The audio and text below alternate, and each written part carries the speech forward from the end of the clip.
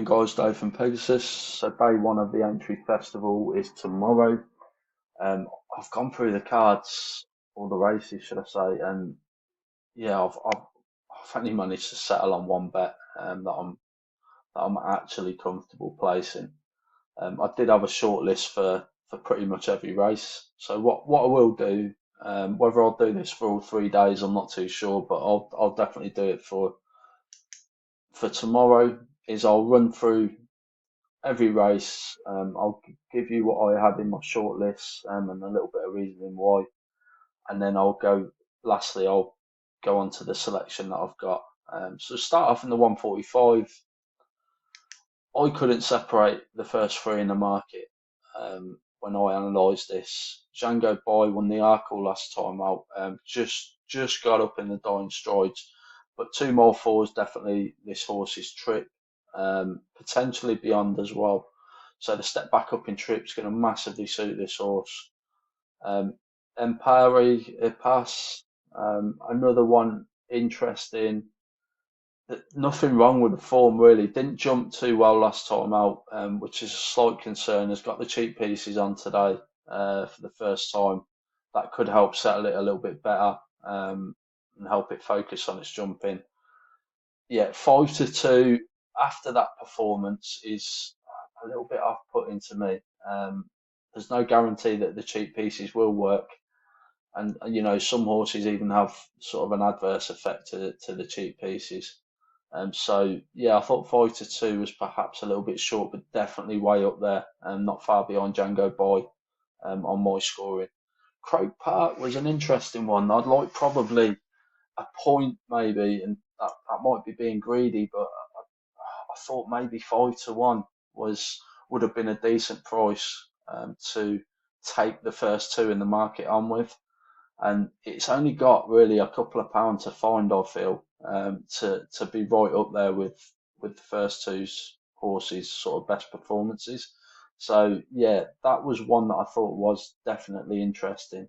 If it can get a drift out to 5-1, if you could get 11-2, that'd be a cracking bet. I'll probably jump on that myself if it does drift out like that. But yeah, I couldn't really see past those three in that race. Move on to the 220. The favourite, it's going to take one to beat this favourite. It's just that simple. Um, its last time out performance was in the Fred Winter. Yeah, Fred Winter. The turn of foot that horse showed was phenomenal in my eyes. It really sort of caught the eye. And yeah, look, it is stepping up in grade, but I just thought that horse was, it's got the potential to be rated much higher than what it is. And yeah, I can see why it's so short. I wouldn't be backing it at this price, but yeah, it's going to take one to beat it. Interesting that Townend's on Mercia. And yeah, one other that I thought was interesting at a price was Willie de Hool. And yeah, I just think it's only got three places being paid. There are a couple paying four places. Um, I thought it was interesting. I thought it might show up a little bit better than it did at Cheltenham last month. So if for anyone who doesn't like a short price and really wants a bet in this race, you might have worse each way bets. I'd probably look at trying to get four places if possible. But yeah, I thought that one might be interesting. Okay, done on the 255. That's when we've got the selection. Look, in this 330, the entry hurdle, I can't see past Constitution Hill. I know it's boring, but look, it's the highest rated in the field. It would have won at Cheltenham if it hadn't have fell last time. It's not ideal coming into this race off the back of a fall at Cheltenham, but I think we're going to see the true Constitution Hill tomorrow, and yeah, it's for me. If it stands up, it wins. It's as simple as that. I know that's an obvious thing to say, but yeah, I couldn't really see past it in this. Okay, the 405 Fox Hunters. I had three shortlisted on in this race. Those were My Drogo, Famous Clermont, and yeah, I've got a bigger one at a price, Percussion, and I'll get onto that one in a second. So my Drogo, um, it's a classic. It's got back class. It won here a Grade One hurdle um, back in 2021. It hasn't done a lot wrong um, in some quite hot races since then. Won won its point to point here in January. Won again in a Class 3 Hunters Chase. The feeling is it's better, even than what it's shown in its last race as well. Yeah, in the context of this, very interesting. I thought would would arguably maybe want a point or two higher, if I'm honest. Famous Clermont was top of the shortlist. Won this race a couple of years ago. Um, Won its point to point last time out as well, quite well. And I thought that was a decent prep for this coming into this. Finished second in this race, in this point to point in back in February. But yeah, James King, interesting jockeys, won a couple of renewals of this race over the years, and I do like the trainer as well. So Percussion, interesting record at Aintree over these Grand National fences. You can see that in the racing post, sort of pointing that out. Fairly consistent. With that in mind, um, I think that for place purposes, 33 to 1 is quite a big price. Now, I would say that it's worth taking the reduced odds. Now you're getting five places at 28 to 1 with Hills. That's a standout price. 25 to 1 with Bet365, five places.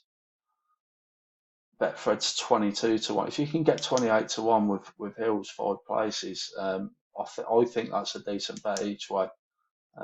Its previous record speaks for itself in terms of consistency. It's rarely out the top three over these fences, and yeah, I thought that stood out from an each way perspective.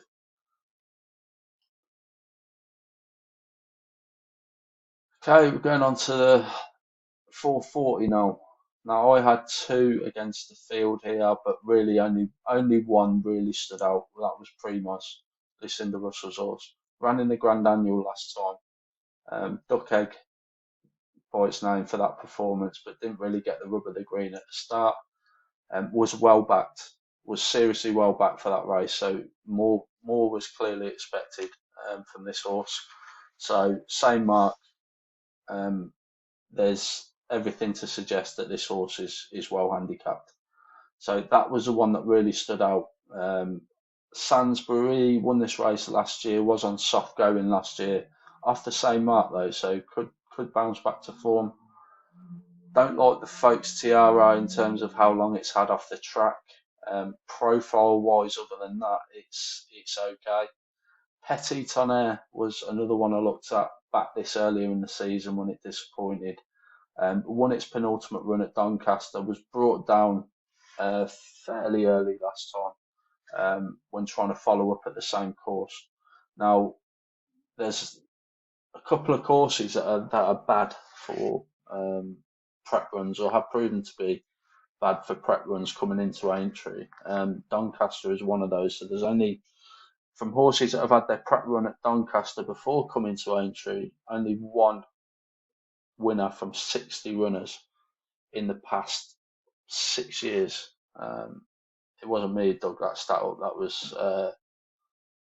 was someone else who I follow that dug these stats up.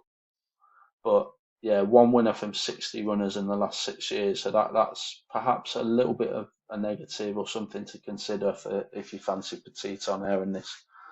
The other one that scored fairly well on my list was General Madrano. I thought the profile of the horse was interesting. Didn't run any sort of race really at Cheltenham last time out, but I thought that this race, the makeup of this race, could suit this horse.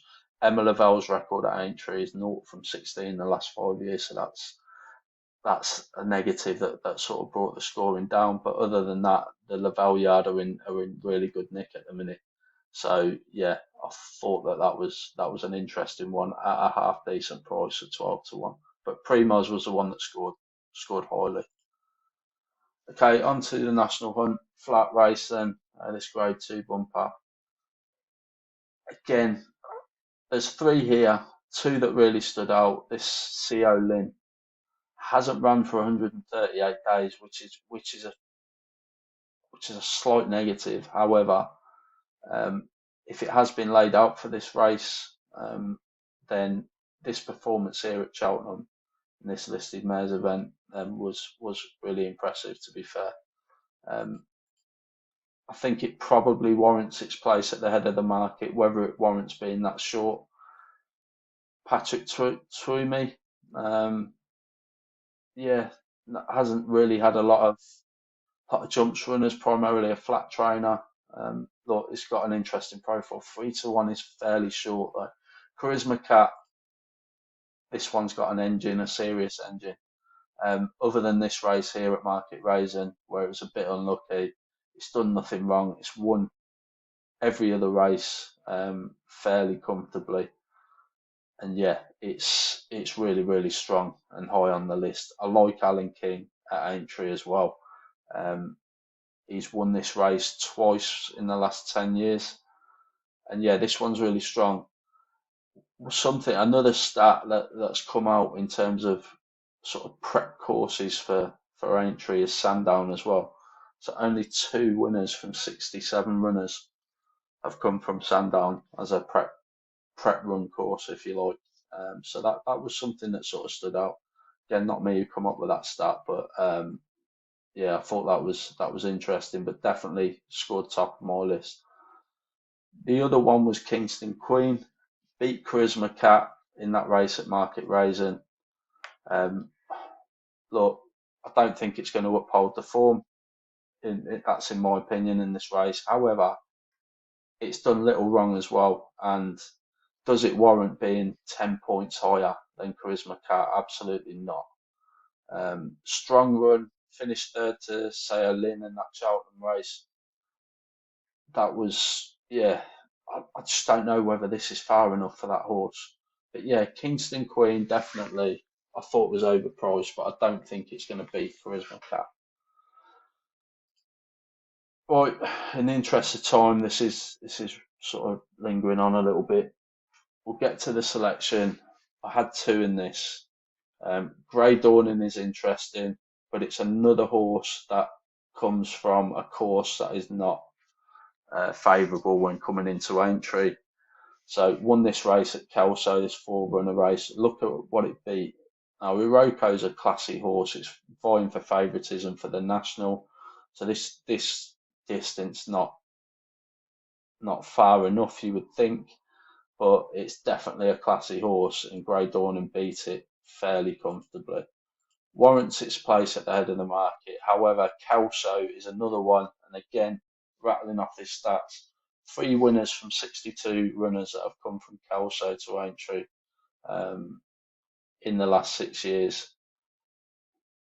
Yeah, it's a stat. Look, they can win, obviously, but yeah, I thought the real whacker was overpriced at 25 to 1. That was one or two on my shortlist. The real whacker. We were on it when it won the Charlie Hall back in November. It ran us. I thought this was a solid race at Kempton. Beat both Grey Dawning and Spillans Tower in this race. Finished fourth. Was a long way off Banbridge, but was still a creditable run, I thought. Um, and yeah, didn't run any sort of race in the Gold Cup, but that is too classy a race for this horse. All the same, I think the ground is going to be suited for this horse, and yeah, in the context of everything else, I thought it had an each way squeak, and as I say, 25 to 1 appears too big. The one I'm going for though, my bet is Gaelic Warrior, and this horse has done little wrong. It's a multiple Grade 1 winner. And yeah, where do I start off? Okay, so Fred Winter finished a short ahead second to Brazil in 2022. Won its next three races, then finished second to Ampere Pass in the Ballymore the following year at Cheltenham. Then won this Grade One at Punchestown in the same year. Started its chase career at that point. Won this Grade One, the 14 novice at Limerick. Then went on and won the Arkle last year, 2024. Another Grade One, over 2 miles. And yeah, it has run with plenty of credit the last three runs, I thought. Over 2 mile, 2 mile one. Now, interestingly, this is obviously just over 3 mile trip. It's only run over 3 miles, which was in this race here at Punchestown, another Grade One, absolutely pissed up by 10 lengths over hurdles, and has shaped pretty much in every race since. It's always staying on strongly at the finish. Um, I think could it's reasonable to expect improvement now stepped up to this trip. When you're looking at stable jockeys and who's picked the horses, Paul Townend's gone for Embassy Gardens. That might stand out to some people. I think Gaelic Warrior. Um, I think it's got the most potential in this race to pop up. And yeah, when you're looking at the profiles of some of the other horses, I just think that this one stands out to me. At 8 to 1, I think it's too big. I think it's coming out as a 5 to 1, 11 to 2 shot on my book. And yeah, I'm not even going to go each way with this one, guys. Let's just double check that the price is still available. Getting best price 8 to 1 with three bookmakers. I'm going straight for a 2 point win. I really, really do like the profile of this horse, and I think it's going to be there or thereabouts at the finish, and it is overpriced at 8 to 1. So as I say, I'm not even going each way. Straight win, 2 points, 8 to 1, Gaelic Warrior. Right, guys, so this is rattled on. I probably won't do this for the full 3 days because the video is just too long, and not many people really watch the videos when they get this long anyway. But best of luck with your bets tomorrow. Best of luck if you follow me in. And yeah, I'll be back tomorrow for Friday's racing. Thanks for watching.